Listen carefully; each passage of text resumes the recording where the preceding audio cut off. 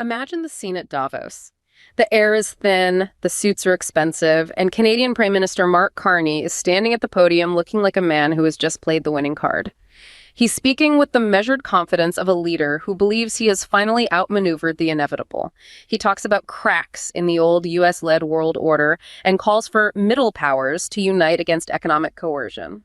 Behind the scenes, he's just finalized a strategic partnership with China, a deal that secures a future for Canadian canola oil and lowers the barriers for Chinese electric vehicles. To the Canadian delegation, it feels like a masterstroke of diversification, a way to finally step out from the long shadow of their southern neighbor.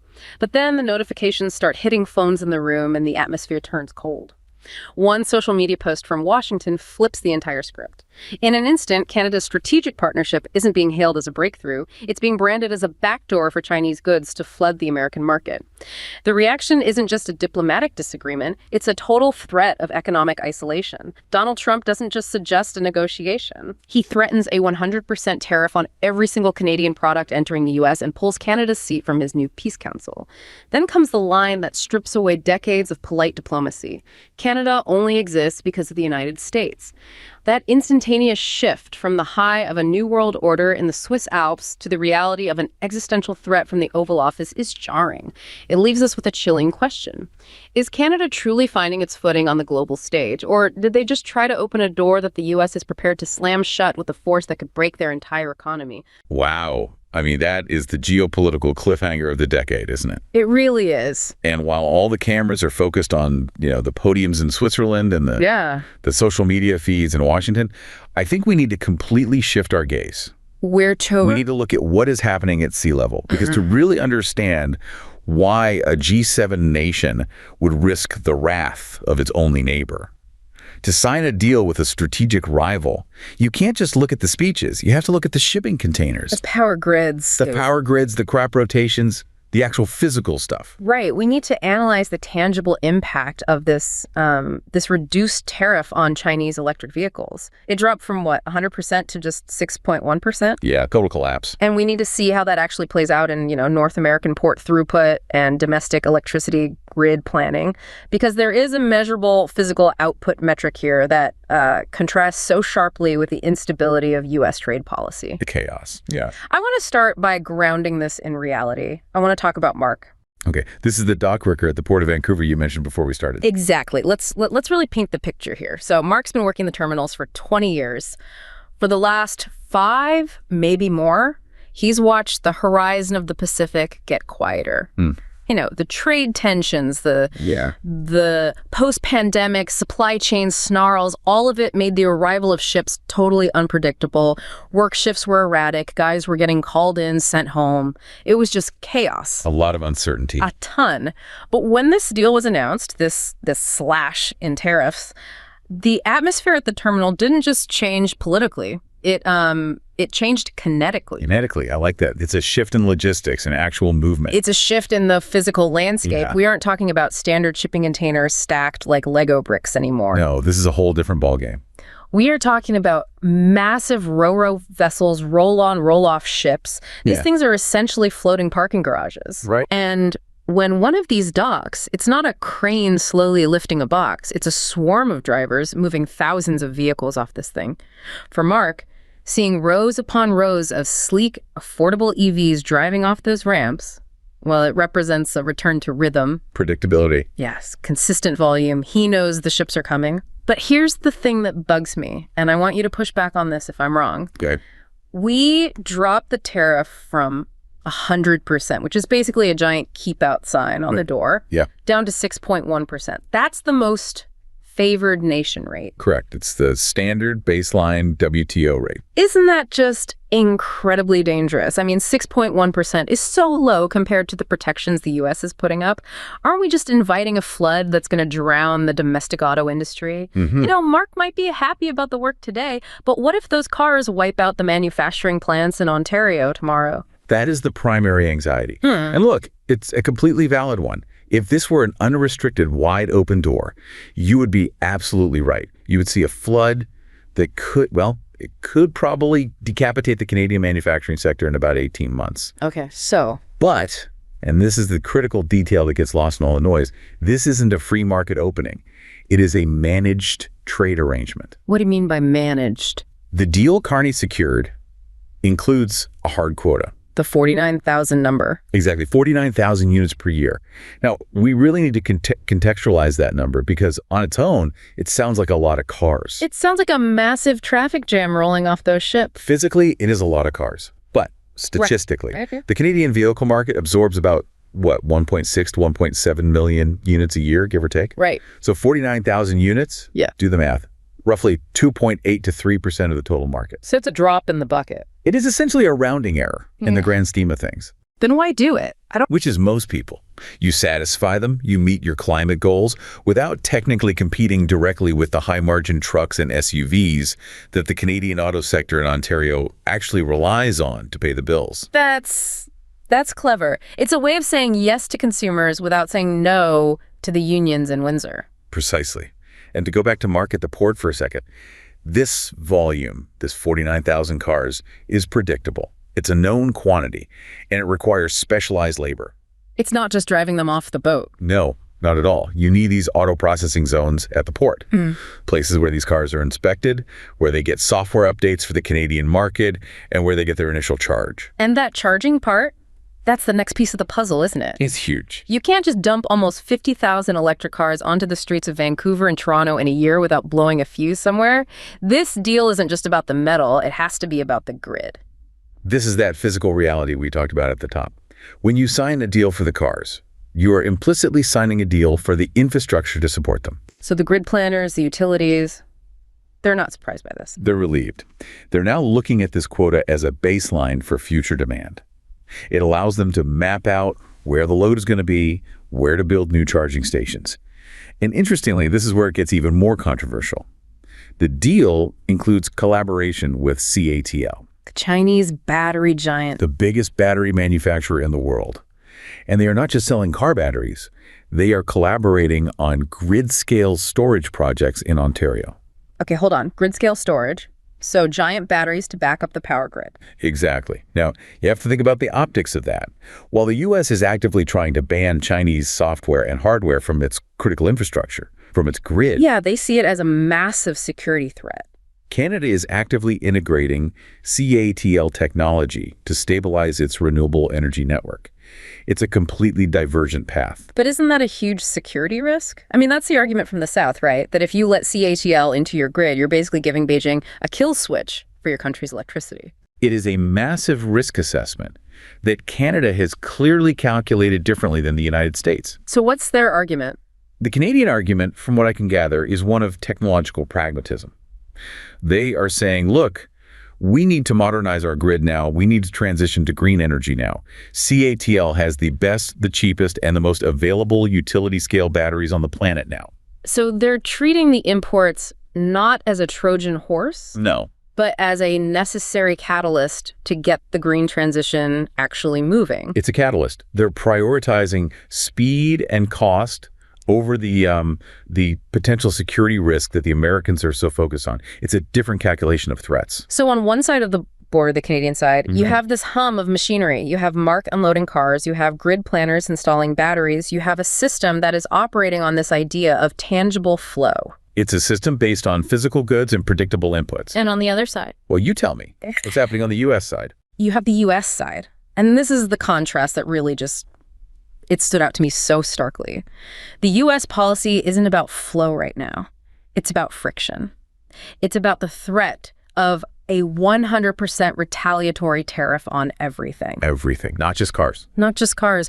Lumber, aluminum, maple syrup, everything. And that threat comes via a tweet at 3 o'clock in the morning. That is the very definition of volatility. And, if you're a supply chain manager, you can deal with a tariff. You can calculate the cost. You can adjust your margins. You can plan for it and move on. Right, it's just math. It's math. What you cannot plan for is a social media post that says the border is closed, effective immediately. That is paralysis by unpredictability. It really feels like Canada is choosing a difficult, maybe even risky reality over a completely chaotic fantasy.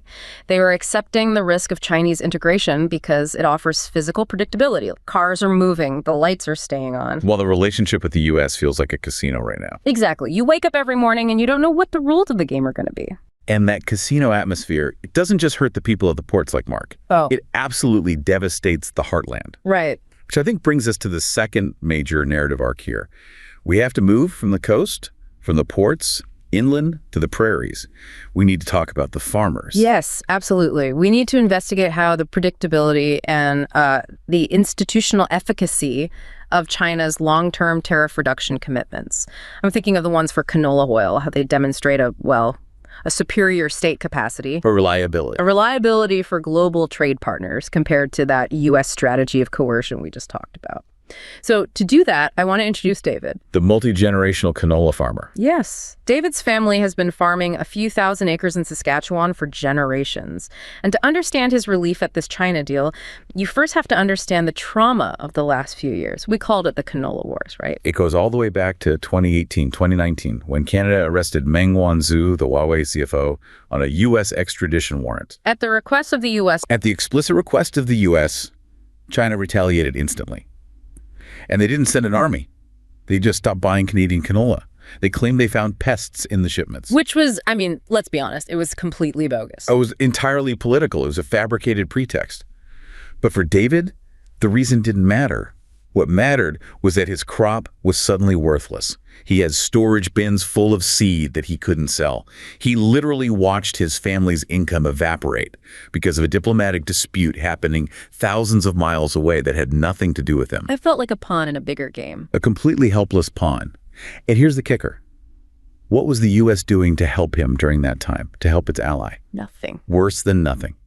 Under the Trump administration then, and certainly now, the U.S. was ramping up its own subsidies for American soybean farmers to sell more to China, while simultaneously using Canadian trade access as leverage in their own negotiations. So David has this deep-seated anxiety, this trauma, about what he calls trade by social media. He wakes up every morning and literally checks his phone to see if his entire livelihood has been bargained away in an overnight tweet. You can't run a business that way. You can't plan. You can't. So fast forward to this Davos announcement. Carney announces the strategic partnership. And for David, this isn't just a press release. It's not just words. It's a roadmap. And this is where we have to talk about state capacity. It's one of those, academic buzzwords that usually puts people to sleep. Right. But in this context, it's actually really aggressive. It's incredibly meaningful. Okay, so break it down. What does state capacity actually mean for David on his farm in Saskatchewan? It means the machine works.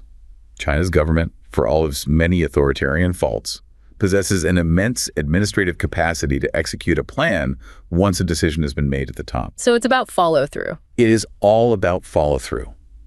The deal includes the China-Canada Economic and Trade Cooperation Roadmap. It's a formal document. When China says in that document, we will reduce the tariff on canola seed from 84% down to 15% starting on March 1st, 2026, that is going to happen. It's not a maybe. It's not a maybe. The customs agents in the port of Shanghai will have the new paperwork. The computer systems that process the tariffs will be updated. The state-owned buyers will be issued the new contracts. That is state capacity. It is the fundamental ability of a government to implement its own policy. As opposed to, what's the contrast? As opposed to the current U.S. approach, which, you might almost call state incapacity or maybe better executive volatility. Right. When Donald Trump threatens a 100% tariff, there is no white paper. There is no economic impact study. There's no implementation roadmap. It is a raw, emotional exercise of power designed to shock the system. So for David, who's thinking about buying a new combine harvester, which costs, what, $500,000, $700,000? At least. That requires a 5-year financial plan. He can't make a 5-year plan based on a tweet. He can, however, make a 5-year plan based on a signed treaty that has a clear roadmap with dates and figures. Exactly. And the roadmap is specific. It lifts the anti-discrimination tariffs, not just on canola seed, but on canola meal, on lobster, on crab, on peas. We are talking about reopening a market that, at its peak, was worth over $6.6 billion to Canadian producers. That's real money. That is real money injecting life back into rural Canada, which has been struggling for years. Well, wait a minute. I have to play devil's advocate here for a second. Please. We just talked about how China arbitrarily banned all Canadian canola back in 2019. They used it as a weapon. How can David trust them now? Isn't this just what they call banana diplomacy all over again? Explain that. The classic move where China buys all of your country's bananas until the day you say something they don't like about the South China Sea, and then suddenly they discover pests and your bananas are all rotting on the dock. They weaponize trade. You are absolutely right. And that is the irony of the century. China literally invented the modern playbook for economic coercion. But the geopolitical landscape has shifted so dramatically that, to the Canadian producer on the ground, China now looks like the stable option. That is a wild statement to make. China is the stable option. Compared to what? Compared to a U.S. administration that pulls your invitation from the Peace Council and threatens total economic annihilation over a misunderstanding about EVs. Yes. Doff. In that context, China is offering a contract with clear terms. The U.S. is offering a threat. Talk to me about that Peace Council snub. That happened almost immediately after the deal was announced in Davos, right? It was immediate. Trump had proposed this new thing, a Peace Council, a sort of ad hoc group of his preferred allies. Canada was supposed to be a founding member, a key partner. Of course. The moment the China partnership deal hit the news wires, Canada's invitation was publicly rescinded. It's like being kicked out of the cool kids table in the high school cafeteria. It's petty. It's worse than petty. It's what international relations theorists call negative order externalities. Okay, unpack that for me. Negative order externalities. It means the U.S. is using its immense power to degrade the international order rather than build it up. By kicking Canada out of a council, they aren't solving a problem. They are creating instability just to punish a friend. They are, in effect, exporting chaos as a policy tool. And China, in this specific instance. China, ironically, is exporting stability. Here is a roadmap. Here is a tariff schedule. Here are the rules of the game for the next 5 years. Play by them, and you can make money. So David the farmer is looking at this whole mess, and he's thinking, you know what? I don't love the geopolitics of dealing with Beijing, but I do love the fact that the check is going to clear on time. That's the bottom line. Yeah. It's the reliability deficit. We all grew up, certainly in Canada, with the core belief that the United States was the rock, the reliable partner. The anchor. The anchor. But if the anchor starts dragging you toward the rocks, you have to cut the line. You have to look for firm ground, even if that firm ground is in Asia. Which is a perfect segue to the people who are actually trying to shift that ground. We've talked about the dock worker and the farmer, the people who are dealing with the physical reality on the front lines. Right. Now we need to go to Ottawa. We need to talk about the strategists, the policymakers who are trying to keep the entire country from disappearing into this vortex. This is where we need to explore the strategic imperative for medium-sized powers to adopt what some are calling a collective survival trade strategy. And what is that? It's all about diversifying away from the volatile U.S. market and toward more stable Asian partnerships, just to secure some long-term resilience. For this part, I want to introduce Sarah. Sarah is a hypothetical, high-level strategic planner in Ottawa. She's the kind of person who reads the minutia of the USMCA trade deal for fun. Okay, I know the type. And for her, the realization wasn't sudden. It wasn't one event. It was this slow, creeping horror over the last decade. She realized that the special relationship between Canada and the U.S. wasn't really a friendship anymore. It had become a structural vulnerability. That is a terrifying realization for a Canadian policymaker to come to. 75% of all Canadian exports go to the United States. Yeah. If you're Sarah, you look at that pie chart and you don't see prosperity anymore, you see a kill switch. A single point of failure. A giant red kill switch. And she sees that kill switch being held by a president who has publicly stated that Canada only exists because of the United States. So Sarah's job, her entire purpose now, is to design a collective survival strategy. Yeah. And this draws on a concept we see a lot in Southeast Asia. It's called hedging. Hedging, like a hedge fund bets on the market. It's a very similar logic. Yeah. In finance, you hedge to protect against downside risk. In international relations, especially for these middle powers like Canada or Vietnam or Indonesia, hedging is what you do when you are stuck between giants. You're caught between the U.S. and China. Exactly. You can't directly fight the U.S. Yeah. They're far too big and powerful. But you can't blindly follow them anymore either. They have become too erratic and unreliable. So you hedge. You place bets elsewhere to balance your risk portfolio. So this China deal, this whole thing with the EVs and the canola, this is a hedge. This is a heavy hedge. This is a major public move. Canada is signaling, as clearly as it can, we are not a vassal state, we have other options. By opening the door, even a crack, to Chinese EVs, and by securing that canola market in Beijing, Canada is trying to create leverage for itself. It's the Vietnam model, isn't it? I've heard that term before. Vietnam shares a long border with China. They have a very difficult history. A very bloody history. But today, they trade heavily with both the U.S. and China. They play both sides against the middle to ensure their own survival. That's it, exactly. And Prime Minister Carney's speech at Davos was, in effect, the public announcement of the Canadian pivot to this very model. When he called for middle powers to unite against economic coercion, he was saying, we need to form a bloc of countries that isn't totally dependent on Washington's mood swings. But here's the obvious problem with hedging theory in practice, it seems to me. When you hedge, you risk making your primary partner jealous. And in this case, that primary partner isn't just jealous, they can be vindictive. That is the immense risk. There's another term for this: weaponized interdependence. The U.S. is now weaponizing the very fact that Canada is so deeply dependent on them. So Sarah knows this. She knows that by orchestrating this deal with China, she is poking the bear. She knows she's poking the bear. But her calculation, the cold logic in Ottawa, is that if she doesn't sign the deal, Canada will just be slowly strangled by American protectionism anyway. They'll get picked apart piece by piece during the USMCA renewal. It's a damned if you do, damned if you don't scenario. It is. The calculation is that it's better to take a big, bold risk to create new options than to just sit and wait for the inevitable decline. But I have to bring up the critique here, because there are people, listening right now who are probably screaming at the speakers. The right-wing critique, and frankly, the mainstream security critique, is substantial. That's right. They are saying, you are partnering with a totalitarian dictatorship. You are letting a strategic rival embed themselves in our critical energy grid. You are betraying the Five Eyes intelligence alliance for a quick buck. How does Sarah answer that? And that's a powerful argument. Sarah would have to answer that.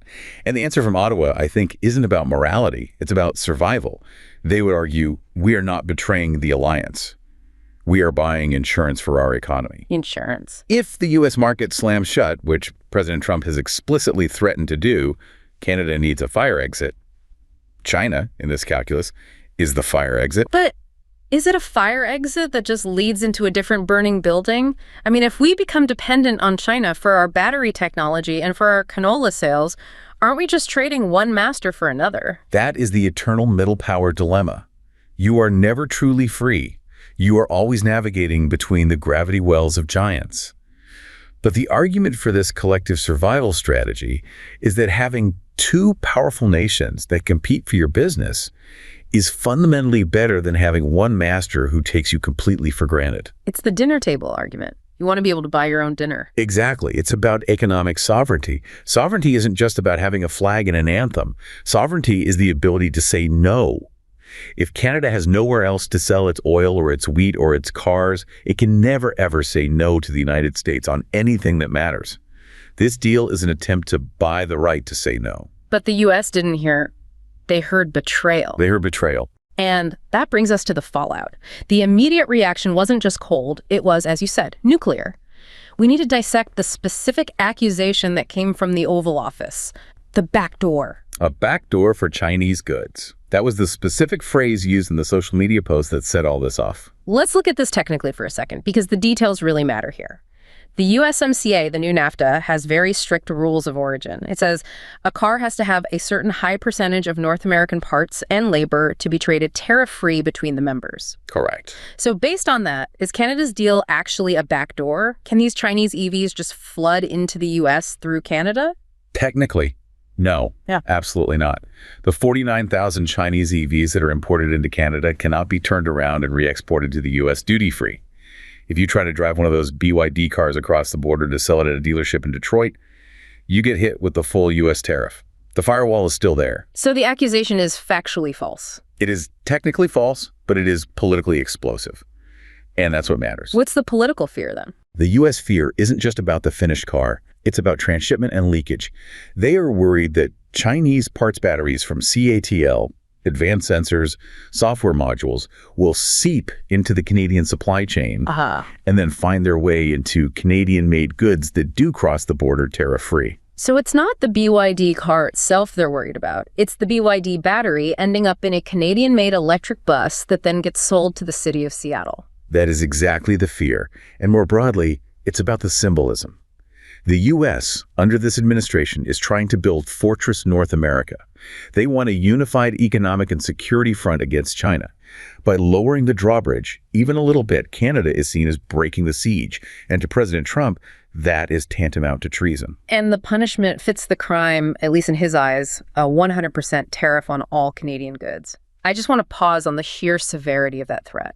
It is an economic extinction event. It's not a trade tool, it's a weapon of mass destruction. Literally. If that tariff were actually applied, even for a single month, the Canadian dollar would crash to historic lows. Inflation would skyrocket. Factories would close immediately, not just in auto, but everywhere. The just-in-time supply chain that integrates the two economies would freeze solid. You would have food shortages in Canadian cities within a week. It's not a slap on the wrist. It is a gun to the head of the entire country. And that context makes the Peace Council snub, which seemed petty at first, look much more terrifying. It's a signal that the security guarantee, the defense relationship, is also on the table. That's the clear implication. When a president of the United States says Canada only exists because of the United States, he is not just being insulting. He is implying that Canada's very existence is conditional. It's revocable. That is a threat to the fundamental statehood of the country.